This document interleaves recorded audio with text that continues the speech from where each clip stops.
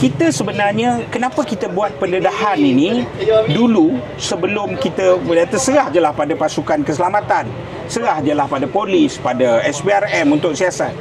Saya maklumkan bahawa melalui siasatan kita, polis tahu kes ini di dalam pengetahuan Bukit Aman. Kes ini juga di dalam pengetahuan SPRM. Kenapa tidak bertindak itu terpulang pada SPRM dan polis kena jelaskan. Hari ini kita nak menyerahkan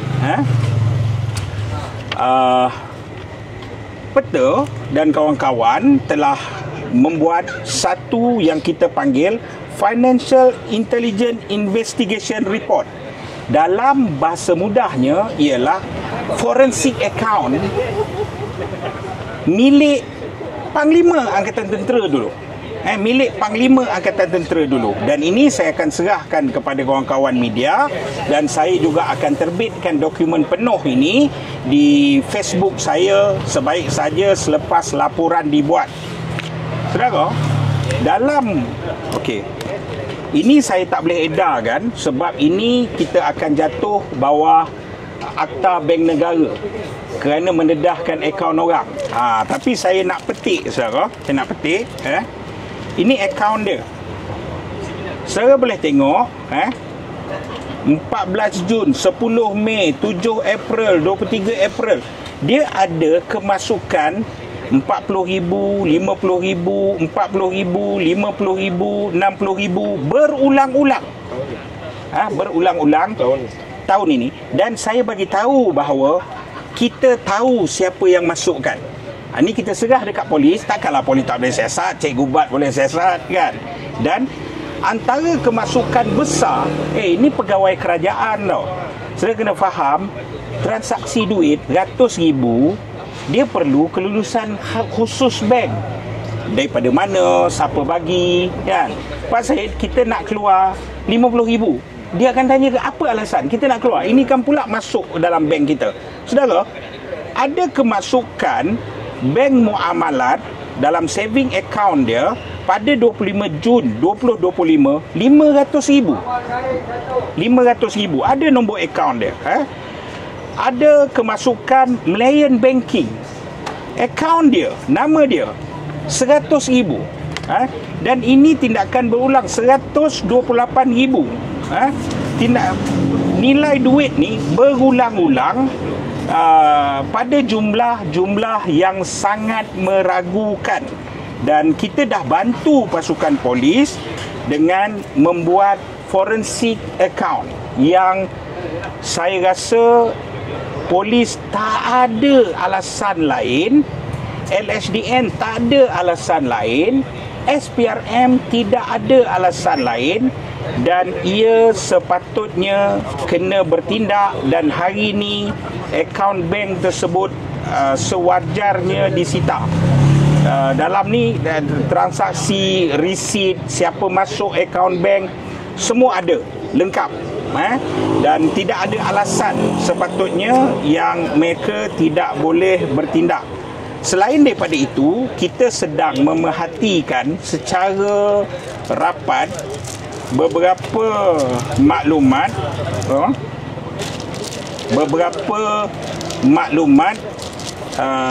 yang berkenaan dengan harta pegangan dia. Kita sedang menyiapkan forensik report isteri beliau yang merupakan suri rumah sepenuh masa, yang jumlah puluh juta dalam akaun itu sangat menjolok mata. Sangat menjolok mata kan.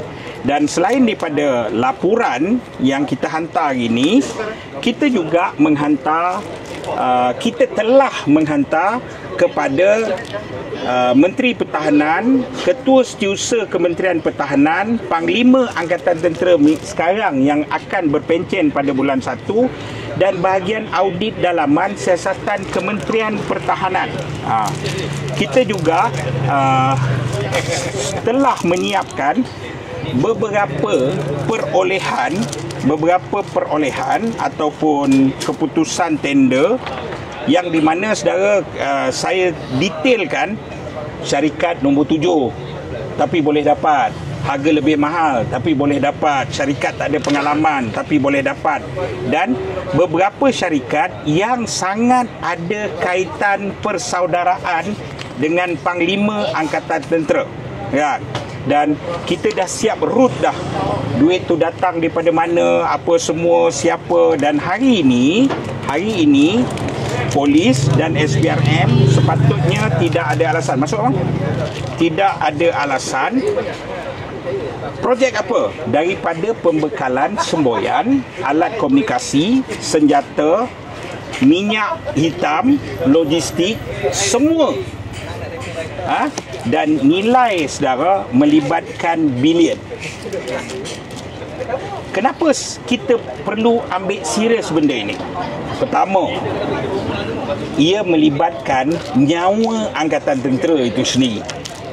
Bila buat pembekalan, terpaksa memberi rasuah ataupun disusun, saudara, kualiti perkhidmatan, kualiti pembekalan akan jadi kurang. Benda yang paling nyata apa dia? Nyawa Angkatan Tentera yang sedang berkhidmat ni akan terjejas. Kedua, saya nak bagi tahu selepas daripada rejim yang memerintah ini, rejim Madani ini keluar daripada zon Malaysia, bukan lagi negara berkecuali. Dalam banyak perkara Malaysia mula mengambil sikap seperti perjanjian dengan Amerika dan sebagainya. Ia mengundang musuh. Bila mengundang musuh, pertama, panglima ataupun tentera yang korup seperti ini boleh saja menerima sogokan. Kedua, dengan kegiatan ini dia boleh saja di blackmail, diugut, dipegang telur oleh musuh-musuh asing yang akan ugut dia. Maka kedaulatan negara akan terjejas. Jadi secara rumusannya, kita akan membuat pendedahan berperingkat-peringkat. Kita ada pelbagai data, tetapi kita juga ada intelligence report dan kita ada banyak sangat benda. Tetapi hari ni apa yang kita nak dedahkan? Hari ni kita cuma nak dedahkan forensic account dulu. Forensic account. Dan polis tak boleh kata tak tahu. Kita dah bantu polis, kita dah bantu SPRM, dan sewajarnya mereka wajib bertindak dan perlu bertindak segera. Kerana apa? Kerana watak ini dikatakan menjadi favourite untuk menggantikan Panglima Angkatan Tentera yang akan berpencet. Saya kena faham, Panglima Tentera Laut, Panglima Tentera Udara, Panglima Tentera Darat, atasnya Panglima Angkatan Tentera Malaysia. Dia dikatakan akan naik kepada nombor 1 kepada Duli Amar Mulia Seri Paduka Tuan Agong. Hamba Patik pun akan compile semua ini, persembahkan kepada istana. Hamba Patik minta kebijaksanaan tuanku, seperti mana ketika Hamba Patik sampailah masuk ke lokap dan sebelah kaki penjara kerana mendedahkan korupsi bakal Panglima Tentera Laut, tuanku bersikap sangat prihatin, membatalkan watikah dan melantik orang yang jauh lebih bersih. Hamba Patik mohon kali ini juga tuanku boleh bertindak perkara yang sama demi negara tercinta Malaysia.